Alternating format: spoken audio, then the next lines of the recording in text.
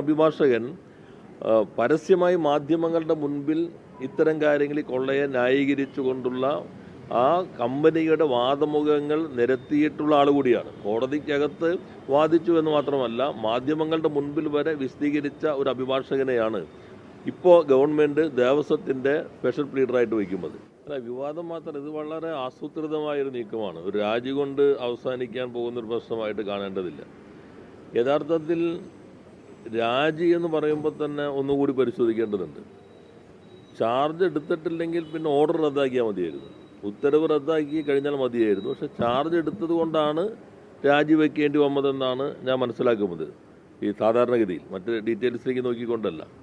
അങ്ങനെയാണെങ്കിൽ ചാർജ് എടുത്തു കഴിഞ്ഞാൽ സ്വാഭാവികമായിട്ട് എല്ലാ ഫയലുകളും ചാർജ് എടുത്ത വക്കീലിൻ്റെ അടുത്ത് എത്തിയിട്ടുണ്ടാവും. അപ്പോൾ വക്കീലിൻ്റെ ആവശ്യം കഴിഞ്ഞിട്ടുള്ള രാജിയാണോ, എല്ലാ ഫയലുകളും പരിശോധിക്കാനുള്ള സന്ദർഭം ഉപയോഗിച്ചതിന് ശേഷമുള്ള രാജിയാണോ എന്ന് പ്രത്യേകം തന്നെ പരിശോധിക്കേണ്ടതുണ്ട്. ഇവിടെ നാം കാണേണ്ടത്, ഈ അഭിഭാഷകൻ പരസ്യമായി മാധ്യമങ്ങളുടെ മുൻപിൽ ഇത്തരം കാര്യങ്ങളിൽ കൊള്ളയെ ന്യായീകരിച്ചുകൊണ്ടുള്ള ആ കമ്പനിയുടെ വാദമുഖങ്ങൾ നിരത്തിയിട്ടുള്ള ആൾ കൂടിയാണ്. കോടതിക്കകത്ത് വാദിച്ചു എന്ന് മാത്രമല്ല, മാധ്യമങ്ങളുടെ മുൻപിൽ വരെ വിശദീകരിച്ച ഒരു അഭിഭാഷകനെയാണ് ഇപ്പോൾ ഗവൺമെൻറ് ദേവസ്വത്തിൻ്റെ സ്പെഷ്യൽ പ്ലീഡറായിട്ട് വയ്ക്കുന്നത്. ദേവസ്വത്തിന് കഴിഞ്ഞ ഗവൺമെൻറ്റുകളുടെ കാലത്തൊന്നും പ്രത്യേകമായ പ്ലീഡർ ഉണ്ടായിരുന്നില്ല. അത് ഗവൺമെൻറ് തന്നെ കാര്യങ്ങൾ വരുമ്പോൾ GPO അല്ലെങ്കിൽ തന്നെ ക്രിമിനൽ കാര്യങ്ങളാണെങ്കിൽ DGPO ഒക്കെ വാദിക്കുകയാണ് സാധാരണ ചെയ്യാറുള്ളത്. ഇവിടെ കാണേണ്ടത് ആരാണ് ഇതിനകത്ത് പ്രധാന ഉത്തരവാദിത്വം. ഒരു നിയമന പ്രക്രിയ സ്പെഷ്യൽ പ്ലീഡറാകുമ്പോൾ അഡ്വക്കേറ്റ് ജനറൽ പേര് നിർദ്ദേശിക്കണം. ആ നിർദ്ദേശിച്ച പേര് അദ്ദേഹം നിർദ്ദേശിച്ചിട്ടുണ്ടോ, നിർദ്ദേശിച്ച പേര് നിയമവകുപ്പിൽ എത്തിയിട്ടുണ്ടോ, നിയമ സെക്രട്ടറി ആ കാര്യങ്ങൾ പരിശോധിച്ച് മുഖ്യമന്ത്രിക്ക് സമർപ്പിക്കണം.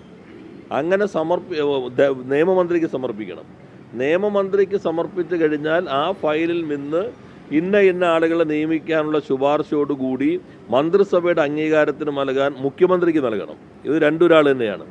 അങ്ങനെ മുഖ്യമന്ത്രി ക്യാബിനറ്റിൽ വയ്ക്കാൻ അംഗീകാരം നൽകിക്കഴിഞ്ഞാൽ അത് മന്ത്രിസഭയുടെ മുൻപിൽ വരും. മന്ത്രിസഭയുടെ മുൻപിൽ വരുമ്പോൾ എല്ലാ മന്ത്രിമാർക്കും നേരത്തെ തന്നെ അത് ലഭിക്കും. അപ്പോൾ ഈ പ്രക്രിയ നടന്നിട്ടുണ്ടോ? ആ പ്രക്രിയ അല്ലാതെ ആരുടെയെങ്കിലും താല്പര്യത്തിൻ്റെ ഭാഗമായി മാത്രം വന്നിട്ടുള്ളതാണോ? അപ്പോൾ ഒരു രാജി കൊണ്ട് അവസാനിക്കുന്നൊന്നല്ല, വളരെ ഗൗരവമായ പ്രശ്നങ്ങളുണ്ട്. ഇത് സംബന്ധിച്ച എല്ലാ രേഖകളും വക്കീൽ വഴി കമ്പനിക്ക് ലഭിച്ചു കഴിഞ്ഞിട്ടുണ്ടോ? SITയുടെ റിപ്പോർട്ട് ഉൾപ്പെടെയുള്ള എന്തെല്ലാം കാര്യങ്ങളാണ് കക്ഷിയുടെ ഭാഗം എന്ന നിലയിൽ ഈ ഗവൺമെൻറ്റിൻ്റെ വക്കീലിൻ്റെ ചുമതല എടുത്തിട്ടുണ്ടെങ്കിൽ ആ സന്ദർഭത്തിൽ ലഭിച്ചിട്ടുണ്ട്. ഇതെല്ലാം തന്നെ പരിശോധിക്കേണ്ടതാണ്.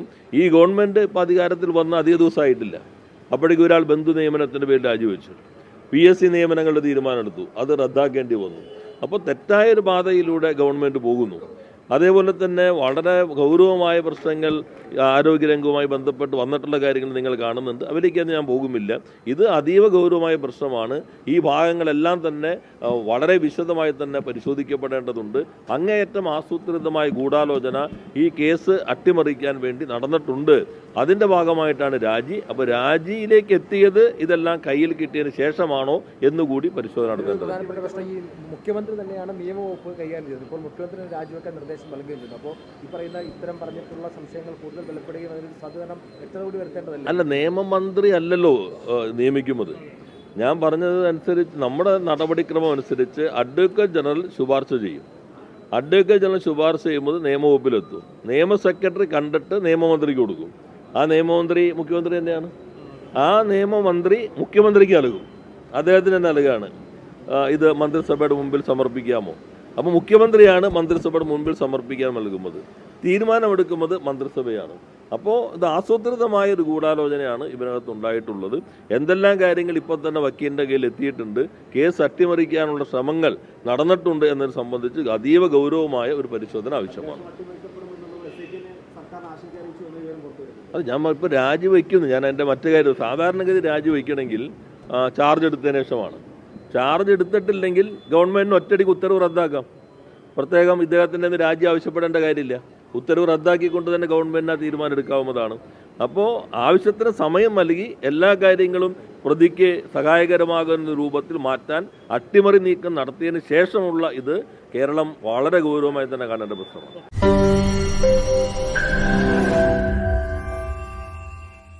ലോകത്തെവിടെയായാലും ഏത് സമയത്തും 24 വാർത്തകളും ഓഗ്മെന്റഡ് റിയാലിറ്റി പാക്കേജുകളും എക്സ്പ്ലെയിനറുകളും വിശദമായി കാണാൻ ഞങ്ങളുടെ യൂട്യൂബ് ചാനൽ നിങ്ങൾക്ക് സബ്സ്ക്രൈബ് ചെയ്യാം.